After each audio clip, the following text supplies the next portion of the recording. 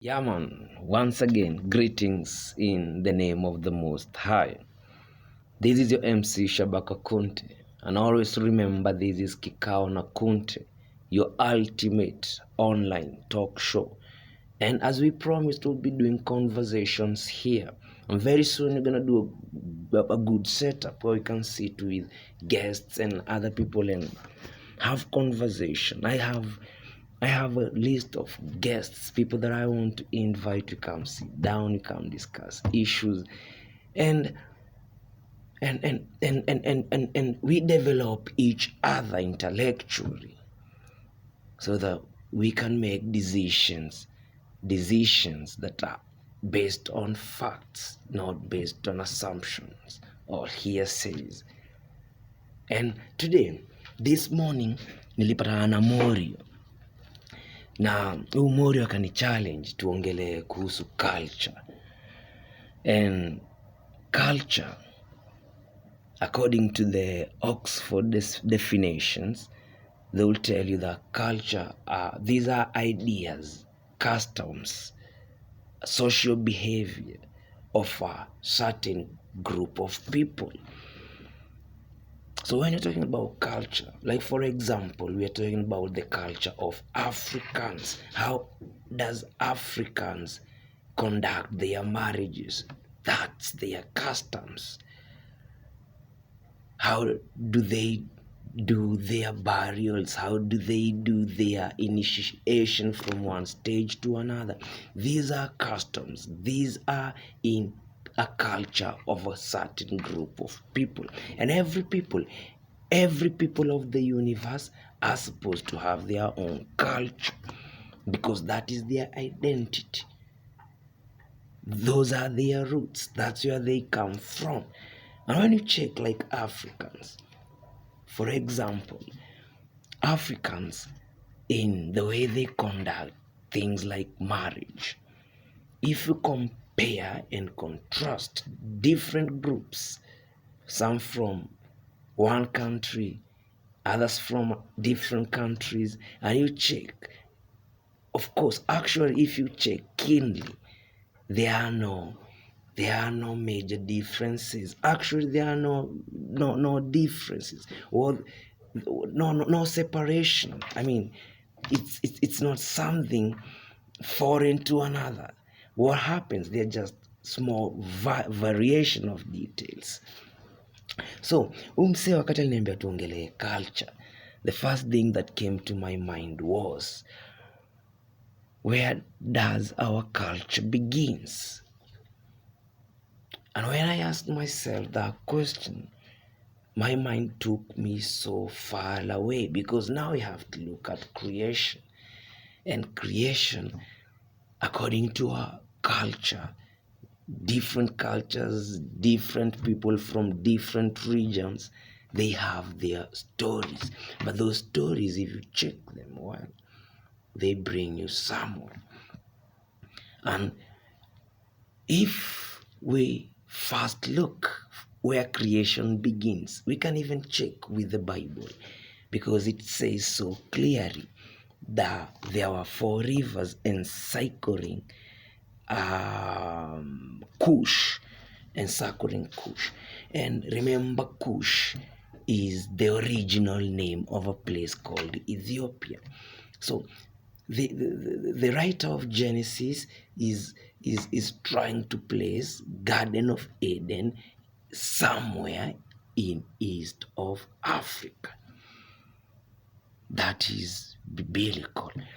And when you go to those who look at science or those who try and do scientific researches, there's a doctor called Dr. Leakey. Dr. Leakey places the oldest fossil in the universe somewhere in east of Africa. So religion and science agrees on where creation began. And it began in Africa. So the black man was the first man to be created. the black man and the black woman. And from them, because black is a primary color, they are emerged other colors. But these are the original people, so they have the original culture. They have the original way of life, the way people are supposed to live, the way people are supposed to connect with nature, the way people are supposed to relate with animals and the community at large. Now, go to the Nile Valley civilization, as it begins with River Nile and it moves all the way to Egypt, coming from east all the way to north. And these people are moving with the river, of course, doing farming and other things, and other civilization, doing trading. These were great sailors.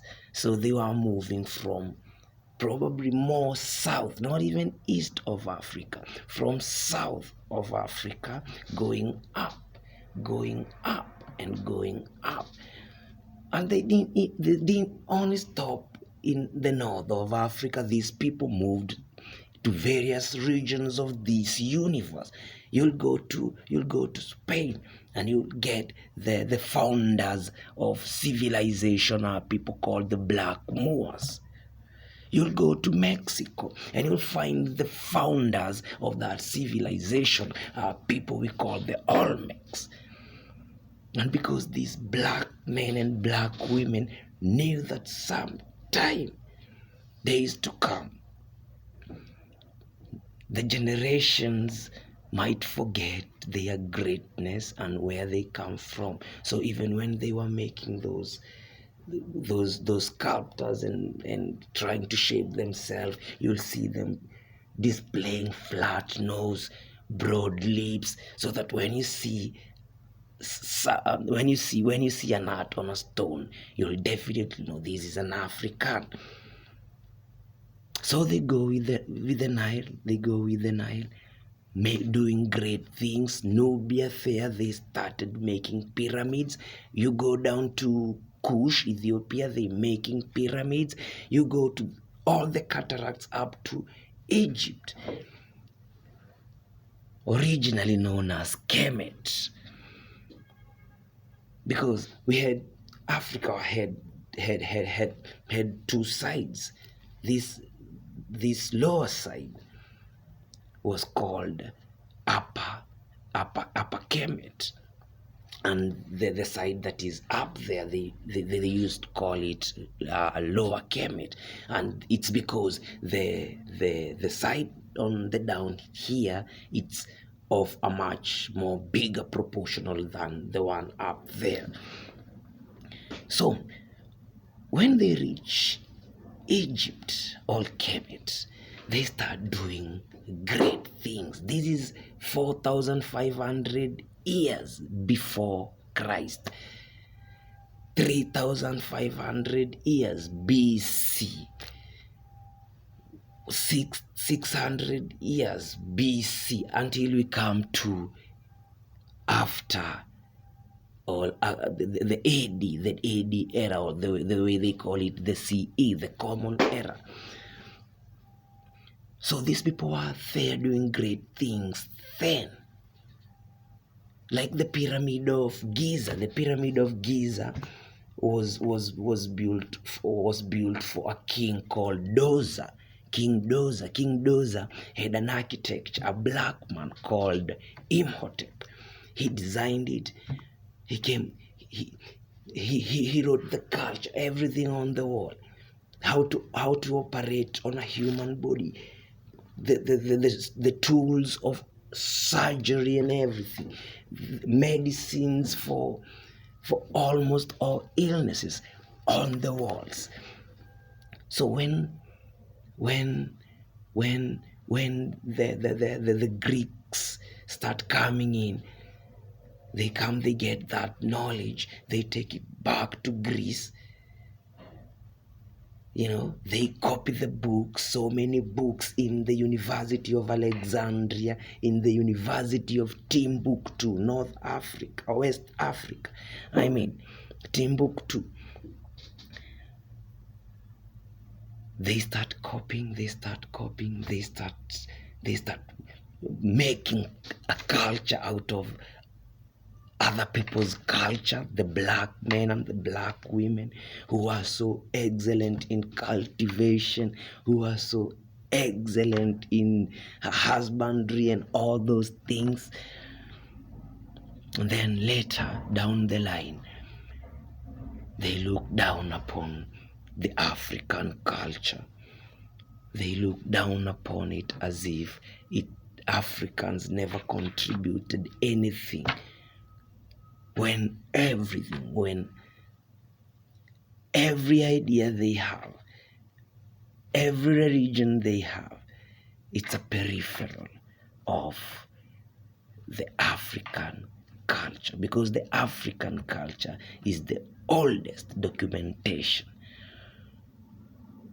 of how people should relate with the Most High God, how people should relate with the nature, trees, rivers, and all these things are written in places no one can erase them, no one can confuse them, because they are written in walls. Check it out.